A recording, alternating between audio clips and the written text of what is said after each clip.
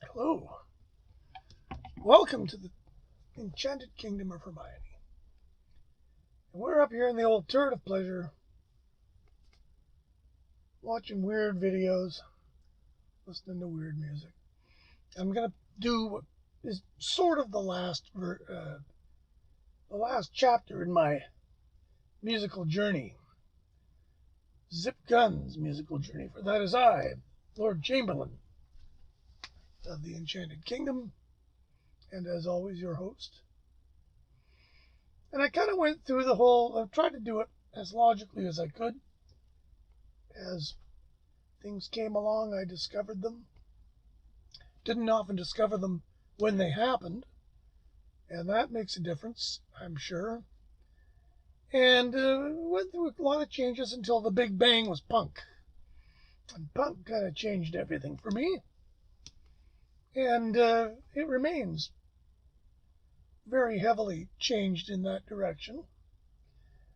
But the one thing that punk rock did for not only me, but probably everybody who was affected by punk rock when it came along, but it introduced us to, I'm going to call it world music. Almost everybody directly involved with punk in the early days was exposed to initially reggae music and ska music. And as time went on, other types of music came in to influence things. But thanks to the Clash, really, more than anybody, a lot of us discovered reggae. And one of my great memories is, and I can't tell you, I think I can remember what year it was. But at our local record emporium, one of them, there was two side by side, of course, in downtown Victoria. One of them was Kelly's, run by my old buddy Steve Johnson. Hi, Steve. And I remember they would get new releases that were kind of semi-hot, but not really surefire hits. And they would initially put them out for $3.99, really cheap. Because I think regular records then were probably $6.99. So that's a pretty good cheap price. And they would I don't know, it was almost like they would test market stuff. And I remember, so it was a great way to sort of check something out. I don't know, that's pretty good. It's only $3.99. And lo, the day when I walked into Kelly's and I bought Give 'Em Enough Rope by The Clash, which had just come out, and Rastaman Vibration by Bob Marley and the Wailers, which had also just come out. And I hadn't heard either record, but for $3.99, I'd heard the first Clash record, quite liked it, and I'd heard a bit of reggae here and there, and everybody was talking about how Marley was the real thing, which he was. But that's the record that kind of broke him in my world. And that led to a lifelong love of reggae music. And I really, really, really love the reggae music from Jamaica from about 74 or so to about 1980. My favorite era. All sorts of stuff came out on Mango. Most of it done by Lee Perry, some of it done by other guys. And it's all just great. It's all very low tech yet high tech. There's a lot of ganja being smoked. A lot of, dub was just basically invented in Jamaica through the reggae crowd. And to this day, reggae, it evolves still. I myself play in a reggae band. I get to play the bass. Yep. That's what you want to play if you're in a reggae band. And it's got a real thing to it. There's a period in the summer every year when it gets hot out, and I start drinking light beers with limes in them, and I play reggae a lot because reggae is very good for hot, muggy weather. And so, largely thanks to that, And thanks to label loyalty on my part with Island and Mango, who for a while couldn't put out a bad record, it seemed, I started to discover African music. And there was a couple of great records, Sound d'Afrique 1 and 2, King Sunny Ade. Those of us who were big Cream fans back in the 60s, we probably discovered African music for the first time, certainly I did, with the Ginger Baker record that fella Ransom Kuti did back in, I don't know when it was, 1970 on Capitol, and I had that record back in the day, and I really liked it. And it's still a pretty solid record, because of course it's fella Kuti. And so fella Kuti, and then Sunny Ade, and then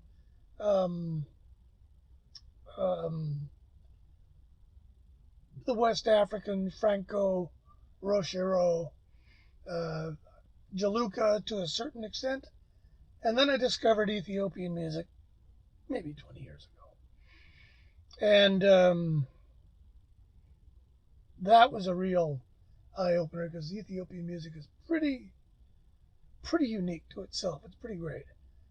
But since I discovered African music, really, then it was basically everything. It didn't matter where it was from.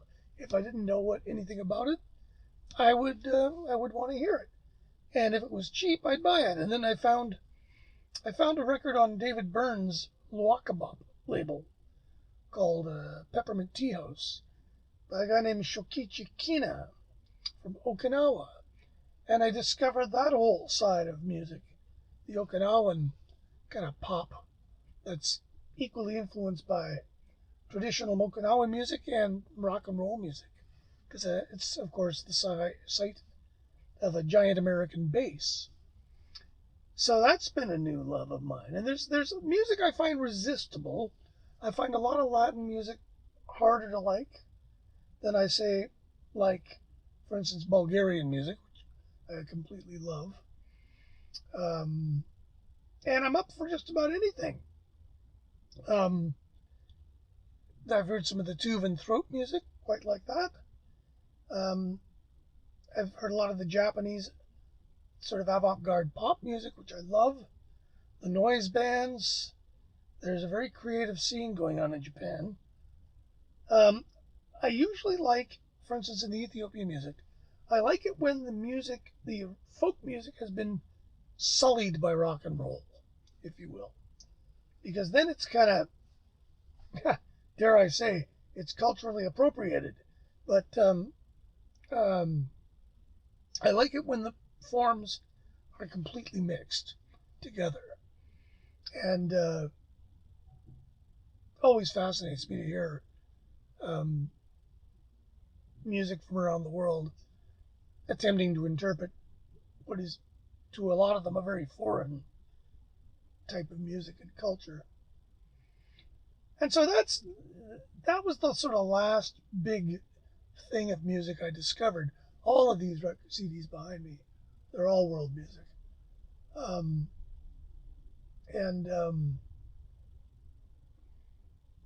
Now I basically, it's funny because I still like just about everything I've mentioned in this series of videos. I still love the Beatles, still love the Stones, still love the Who. Not so hot on Grand Funk. There was a period in about 1970 when I discovered a lot of things that I haven't really mentioned. I kind of discovered Grand Funk Railroad. And for a hot minute, I thought they were a pretty hot band. Until I started hearing other bands. And then I realized that there was a lot of other bands that were a lot better than them. And a lot of what they did was kind of hokey and full of shit.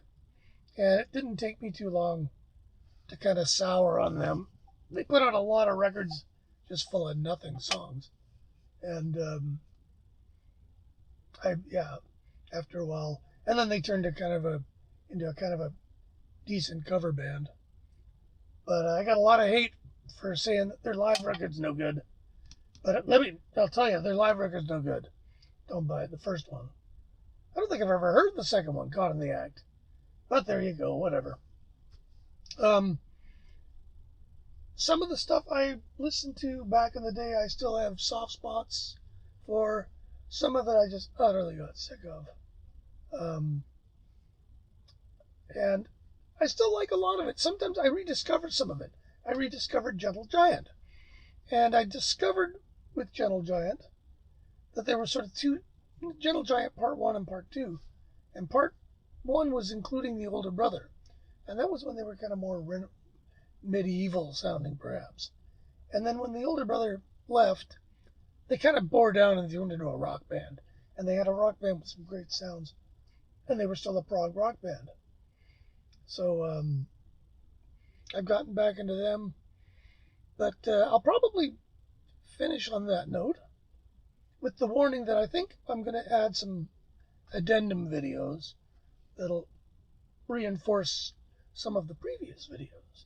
And I'll probably spotlight particular bands that haven't been very well spotlighted, because there's a lot of them I'd like to talk about, and I'll probably start doing those next. So thanks for watching and indulging in my little ego trip. But like I say, some people apparently find it interesting to know how I came to be where I am in my opinions. And I think it's important when you think about what you like and you don't like, to try and remember when you first heard it and whether you were there when it kind of happened, because that does make a difference to a lot of stuff, I'm pretty sure. Anyway, thanks for watching. Don't forget to hit the subscribe and the notification, and we'll get at you later. And remember to take care of each other. As always, take it easy. Bye.